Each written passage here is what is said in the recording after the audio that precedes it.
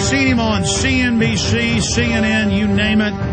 He's Damon Vickers, Chief Investment Officer with 9 Points Management and Research. Their fund is up over 63% this year. You don't see that with a lot of funds out there, do you? He has a long, illustrious career, and he has a 25-year track record of articulating investment themes with striking clarity and then holding his ground as the daily barrage of market noise forces others to falter. And I watch mainstream financial shows. Very few of them are accurate because most of them have an establishment spin. But this guy has been very, very accurate in the past. That's why we've got him on. And I was flattered to find out when we called to get him on the show that he is actually a listener sometimes. So, Mr. Vickers, it's great to have you on with us. Oh, it's great to be with you. Not sometimes. I listen to your show, Alex, every night. And I do appreciate the praise of saying that we're up 63% this year. We're actually having a really good year this year, I believe, and we're long gold in oil. But we were actually up 63% last year in 2008.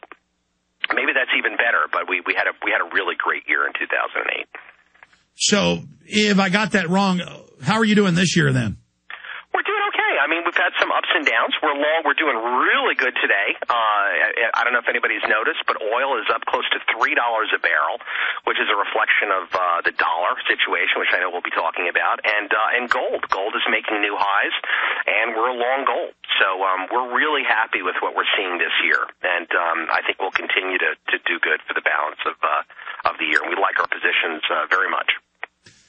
I want to go through a whole host of issues with you today, sir, in the 50 minutes we have, and you're gracious to give us that much time in your busy schedule.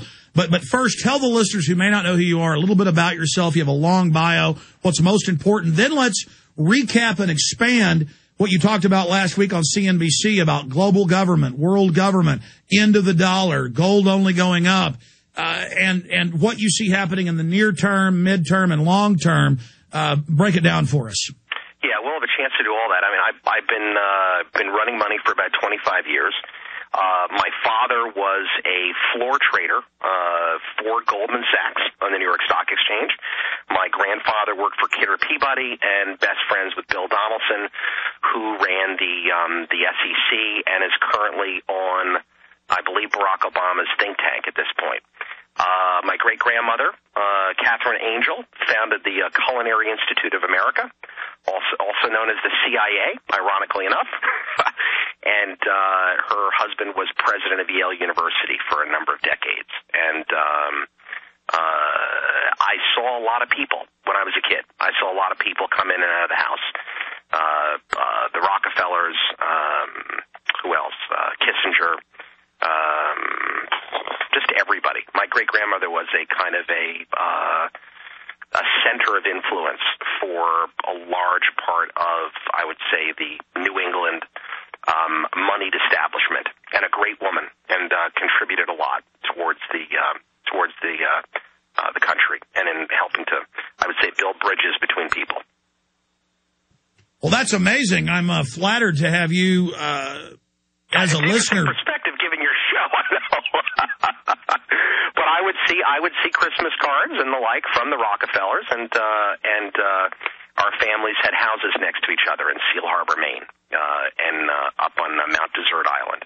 And the story goes that John Dee's son proposed to my great-grandmother, but she turned him down and married the famous psychiatrist who went on to become the president of Yale.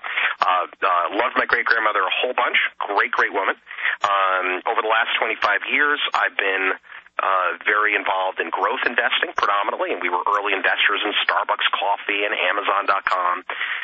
I've called two market tops in the last decade, notably the one in 2000 and the one in 2008. And in the bear markets of 2000 through 2003, our clients made money from those declines, and our clients made money from the declines of last year. We are essentially trend followers, meaning that we're looking to ride the prevailing wave, whatever that might be. If the market okay, well, I want to get into sure, fire out your websites for us. We have a couple of websites. I guess DamonVickers.com would be stuff about me, and then our other site for our fund management would be www.npmnancypaulmary.us would concern the fun stuff. Well, let me ask you this question, because I don't normally want to sit here and talk about myself here, but you're a big analyst. Why are you listening to this show? You're a busy guy. I mean, are you listening to try to see with the grassroots what the trends are, or is it just an interesting show? And why are you coming out on TV, and increasingly others are as well, and talking about reality, the world government, the global currency, the end of the dollar? Yeah. Well, I mean, one of the things, I mean, I did radio myself for about 5 years, and your approach guy, I think that's Peter Reeve. I know Peter Reeve. And I like your show. You've got a great feel to it, a great energy, great pacing. I can't say I agree with everything you say on the radio show, but you put on a really good radio show. People, I think, like yourself, Alex, they're looking down a tunnel. Some people may see light approaching, coming down that tunnel. And yet there may be some people that say, no, that isn't light. That's actually a 100-ton locomotive heading your way. You need to do something. Now, the person that says that will usually be called crazy. Oh, you must be, you don't know what you're talking about. No one necessarily listens to you at the moment, and when you're making, calls like that. But the evidence cannot be ignored. There is kind of a momentum. There is a trend in terms of global developments, and there is a trend in terms of where things are moving towards. Some of those things, my father talked about. My father worked for the Institute of World Affairs for a brief time, and he would take people back and forth, like Henry Kissinger, like others. And they talked about, and this was well over 20 years ago, maybe 25 years ago, they would talk about dividing the world basically into 3 geographic trading zones. Listening to my father at the time, I probably thought he was nuts. But now we see the Asian trading zone. This was before the euro, and we see the United States moving closer towards that as well. So. Well, that's the Trilateral Commission model stated by them, and then I would read their own documents on air, and people would say, that's never going to happen. And reading over their strategic plan, and now what's come out with Goldman Sachs betting against the housing market secretly while they were telling the public to invest in it, clearly this is command destruction. A lot of these groups at the apex of the pyramid, they're getting a lot of power, a lot of control out of these crises, which they understand in advance. Right. Well, there are problems beyond that. I mean, you asked before. I agree with you. You asked before. Why have I gone on the air and said that? When I go on the air, I really don't try to prep everything that I'm going to say. I mean, I think the more you prep your comments, the more dead the interview becomes. And I've looked forward to our interview together, and I thought, well, how much prepping am I going to do? You can do a little prep, but the more I prep, the more candid it sounds.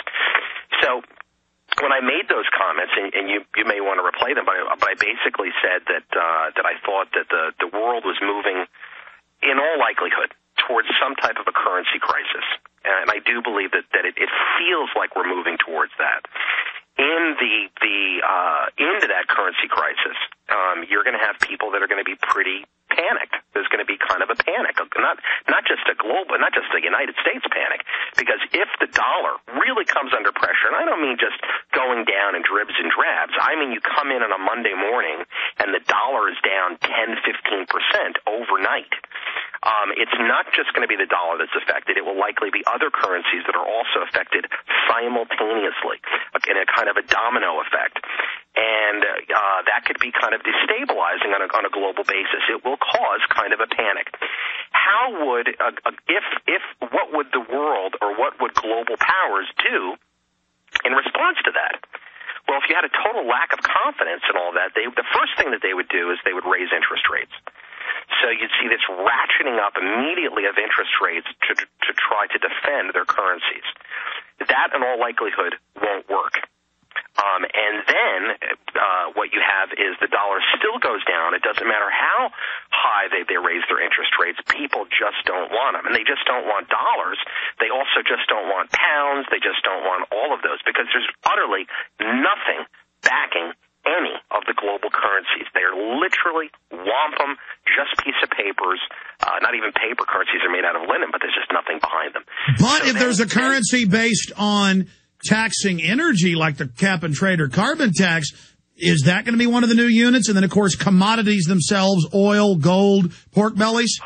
Well, it's a good point. I don't know about pork bellies, but it's a good point about the commodities. I mean, that assumes that they're willing to do that. You need some type of a method of exchange that everybody can agree to, so that global trade can be facilitated. If there's no agreement that global currencies that you run into a panic, then they have to supplant those currencies with something.